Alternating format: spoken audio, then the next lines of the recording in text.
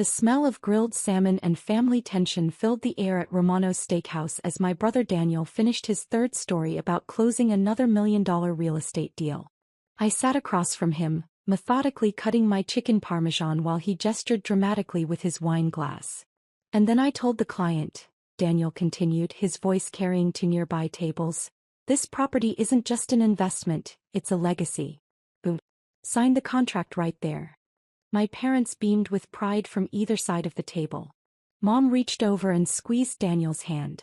We're so proud of you, sweetheart. Senior partner at 32. It's incredible. Dad nodded approvingly. That's what happens when you set real goals and work toward them. When you think big. I took a sip of water, letting their praise for Daniel wash over me like it had every family dinner for the past 5 years. Ever since I'd left my corporate consulting job to start what they called my warehouse experiment. Speaking of thinking big, Daniel said, turning his attention to me with that familiar smirk. Jordan, how's the, shipping business going? Jordan Walsh. That was me. The family disappointment who'd walked away from a 6-figure salary to work in what they assumed was manual labor. What they didn't know was that my warehouse work involved managing a logistics empire that moved $2.3 billion worth of goods annually. It's going well, I said simply, taking another bite. Well. Daniel laughed, the sound sharp and condescending. Jordan, you work in a warehouse. You literally move boxes for a living. Mom tried to soften the blow. Daniel, your brother is finding his path. Finding his path? Daniel's voice rose. Mom, he's 29 years old. When I was 29, I was already making partner-level decisions. Jordan's still pretending that pushing freight around is some kind of career. I set down my fork and looked at my brother. Same expensive suit, same perfectly styled hair, same attitude that had defined our relationship since childhood. Daniel had always been the golden child valedictorian, Harvard MBA, fast track to success. I'd been the one who asked too many questions, took too many risks, thought too far outside conventional boxes. Stop pretending to be successful, Daniel continued, clearly enjoying his audience. You're just a warehouse worker. There's nothing wrong with honest work, but let's not dress it up as something it's not. I nodded quietly, checking my watch. 7:43 p.m. The Forbes article would go live at midnight Eastern Time. In 4 hours and 17 minutes, everything would change. Your brother has a point, Dad said gently. Jordan, we're worried about you. You had such potential. Top of your class in business school, that consulting position at Morrison & Associates. I was making $120,000 a year, I confirmed. Exactly. Mom exclaimed. And you threw it all away to work in shipping. What I don't understand, Daniel said, leaning forward, is why you keep acting like you're some kind of entrepreneur. You work for someone else. You punch a time clock. You're basically a glorified delivery guy. The waiter appeared to refill our water glasses, and I noticed him glance at me with recognition. He probably read the industry publications where my name had been appearing more frequently lately. But my family didn't read those publications. They were too busy celebrating Daniel's traditional success to notice anything happening outside their narrow definition of achievement. Daniel's right, Dad continued. It's time to be realistic about your future. You can't live in fantasy forever. What fantasy is that? I asked. This idea that you're building something significant, Daniel said with exaggerated patience. Jordan, you work in a warehouse. In New Jersey. You drive a 10-year-old Honda and live in a studio apartment. When are you going to admit that maybe your original career path was the right one? I pulled out my phone, pretending to check messages while actually reviewing the final draft of tomorrow's article. The headline read, The $2.3 billion Disruptor, How Jordan Walsh Revolutionized Global Logistics from a New Jersey Warehouse. The photo was striking, me standing in front of one of my automated sorting facilities, wearing the same simple work clothes I wore every day. The same clothes my family assumed meant I was unsuccessful. Put the phone away, Mom said. This is family time. Sorry. I slipped the phone back into my pocket. Daniel, you mentioned thinking big. What's the biggest deal you've ever closed? His chest puffed with pride. $8.5 million. Mixed-use development downtown. Took 6 months to negotiate, but I pulled it off. That's impressive. Thank you. He straightened his tie. Not everyone can handle that level of pressure, that scale of responsibility. I nodded thoughtfully. Last month, I'd signed a contract to handle Amazon's East Coast distribution network. The deal was worth $847 million annually. But Daniel didn't need to know that yet. The point is, Dad said, Daniel found his calling early and stuck with it. No detours, no experimenting. Just focused ambition. Whereas Jordan, Daniel added with a laugh, is still experimenting with manual labor. The waiter returned with our dessert menus. As he handed me mine, he leaned in slightly. Excuse me, sir. Aren't you the Jordan Walsh from the logistics articles in Supply Chain Management today? My family looked up with confusion. I smiled at the waiter. Yes, that's me. I thought so. I'm studying business management at Rutgers. Your supply chain innovations are legendary in our program. Professor Martinez uses your case studies in class. Daniel's expression shifted from amusement to confusion. Case studies. Oh yes, the waiter continued enthusiastically. Mr. Walsh revolutionized automated sorting systems. His company processes more freight than any independent logistics firm in the country. I could feel my family's eyes on me. Thank you, that's very kind. Would it be possible to get a photo? My classmates won't believe I met you. Of course. As the waiter took a quick selfie with me, I noticed my family exchanging glances. When he left, the table fell silent. Jordan, Mom said slowly, what was he talking about? Probably some trade publication article, I said casually. The logistics industry is pretty small. People know each other. Daniel wasn't buying it. He said case studies. What case studies? I shrugged. Harvard Business School did a study on some of our automation processes. It's not a big deal. Harvard. Dad's voice cracked slightly. And Princeton, I added. MIT did one too, but that was more technical. The silence stretched longer this time. Daniel pulled out his phone. What's the name of your company? Walsh Logistics Solutions. I watched him type, his confident expression gradually morphing into something approaching shock. This can't be right, he muttered, staring at his screen. What? Mom asked. Daniel turned his phone toward the table. According to this, Walsh Logistics Solutions is valued at over $1 billion. That's probably just industry speculation, I said mildly. Dad grabbed the phone, scrolling frantically. Jordan, this article says you own the largest automated warehouse network on the East Coast. Technically the largest private network, I corrected. Amazon's is bigger, but they're not exactly independent.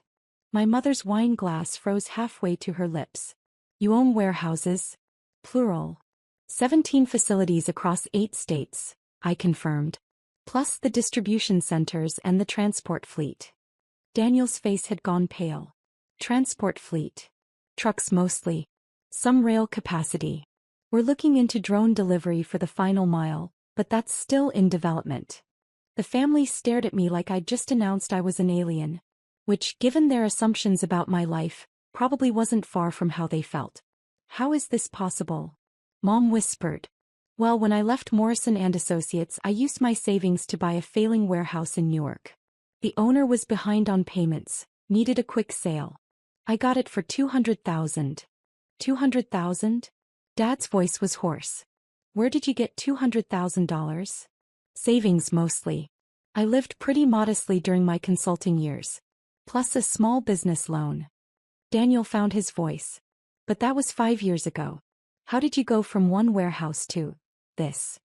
I smiled, remembering those early days. Automation. Everyone was doing logistics the same way they'd been doing it for decades. I figured out how to do it faster, cheaper, and more accurately. And Mom prompted. And companies started hiring us. First local businesses, then regional chains, then national retailers. We grew pretty quickly. How quickly? Daniel's question came out as barely more than a whisper. The first year we did $12 million in revenue. Last year we did $2.3 billion. The number hung in the air like a physical presence. My family sat frozen, trying to process what they'd just heard. Billion. Dad repeated. With AB. With AB. Daniel's phone started buzzing. Then Mom's. Then Dad's. All at once their phones lit up with notifications. What's happening? Mom asked, checking her screen. Daniel's face went white. Forbes just published something. About Jordan. My heart rate picked up slightly. The article had gone live early. What does it say? Dad asked urgently. Daniel read from his phone, his voice shaking. The $2.3 billion disruptor. How Jordan Walsh built America's largest private logistics empire from a single New Jersey warehouse. More silence.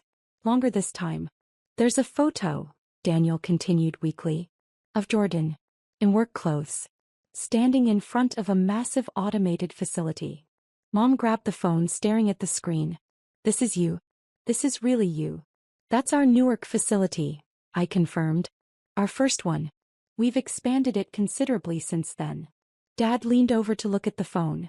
It says here you're on the Forbes billionaire list. Just barely, I said modestly.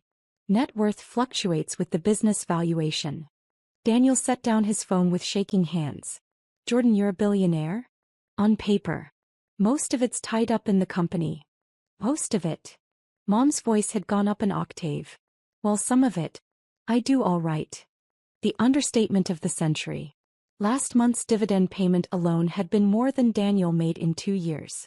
I don't understand, Daniel said, running his hands through his perfectly styled hair. You work in a warehouse. You drive an old Honda. You live in a studio apartment. I work in my warehouses because I like staying close to operations. I drive an old Honda because it's reliable and efficient. And I live in a studio apartment because I travel constantly for business and don't need much space. But the clothes, Mom protested. You always look like a warehouse worker? I smiled. Because I am a warehouse worker. I just happen to own the warehouses. Daniel's phone buzzed again. Then again. And again. People are calling me, he said, staring at the screen. My colleagues. They're asking if I'm related to the Jordan Walsh from Forbes. Are you going to tell them yes? I asked. He looked at me like he'd never seen me before. I don't know what to say. You could start with an apology, Dad suggested quietly. Daniel flinched. Jordan, I'm sorry. We all are. We had no idea. No idea about what? That I was successful? That I'd built something meaningful? Or no idea because you never asked? The accusation hit home. I could see it in their faces. We thought we knew, Mom said weakly. We thought you were wasting my potential? I supplied. Throwing my life away? Being unrealistic about my future. More silence. For 5 years, I continued, every family dinner has been the same. Daniel talks about his success, you celebrate his achievements, and then you all take turns explaining why my life is a disappointment. We didn't mean it that way, Dad protested. Didn't you? Daniel just spent 20 minutes telling me I was pretending to be successful. You spent 15 minutes lecturing me about realistic expectations. Mom suggested I was finding my path, like I was some kind of lost child. Daniel's phone rang. He declined the call, but it immediately rang again. That's probably going to keep happening, I observed. The Forbes article is already trending on social media. Your friends are going to have questions. What do I tell them? He asked. Tell them the truth. Tell them your brother built a billion-dollar company while you were all telling him he was a failure. The words stung and I could see it. But they needed to sting. Jordan, Mom said carefully, we're proud of you. We always have been. Have you? Because this is the first time any of you have shown interest in my actual work. For 5 years, you've dismissed everything I've built as some kind of phase. Dad cleared his throat. We made assumptions. We were wrong. Yes, you were.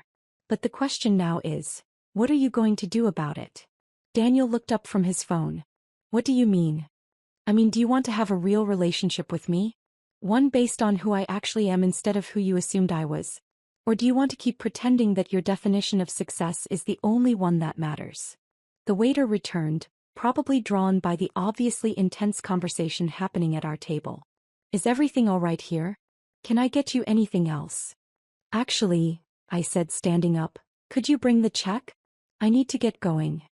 Of course, Mr. Walsh. As the waiter walked away, my family stared at me. You're leaving? Mom asked. I have a conference call with our Singapore office in an hour. Different time zones make scheduling challenging.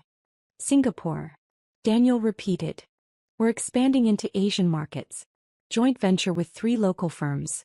Should add about 800 million in annual revenue if the projections hold. I pulled out my wallet, a simple leather billfold that probably looked cheap to them but had actually been custom-made by the same artisan who made wallets for Fortune 500 CEOs. "Dinner's on me tonight," I said, placing my Black American Express Centurion card on the table. Daniel's eyes widened. "Is that a black card?" "Yes. Comes with the territory." The waiter returned with the check, saw my card and nodded respectfully. "Thank you, Mr. Walsh. I'll take care of this right away." As he walked away, I looked at my family. "I want you all to understand something. For the past 5 years I've been building something incredible. Something that employs over 8,000 people, serves hundreds of companies and moves billions of dollars worth of goods every year." They listened in silence. "And during that entire time my own family has treated me like a disappointment. Like someone who needed to be fixed, guided, or rescued from my own poor decisions." "We didn't know," Mom said again. "You didn't know because you never asked. You made assumptions based on appearances and never bothered to look deeper." The waiter returned with my card and a receipt. "Thank you again, Mr. Walsh. It's been an honor." I signed the receipt, including a generous tip. "Thank you." As I gathered my jacket, Daniel finally spoke. "Jordan, what happens now? Between us, I mean." I looked at him, my older brother who'd spent his entire life believing he was more successful than me, only to discover that my warehouse job generated more revenue in a month than his real estate firm did in a year. "That depends on you, Daniel. All of you. If you want to keep judging people based on superficial measures of success, then we probably don't have much to talk about." "And if we don't?" Dad asked. "Then maybe you'll take the time to actually get to know me. To understand what I've built and why it matters.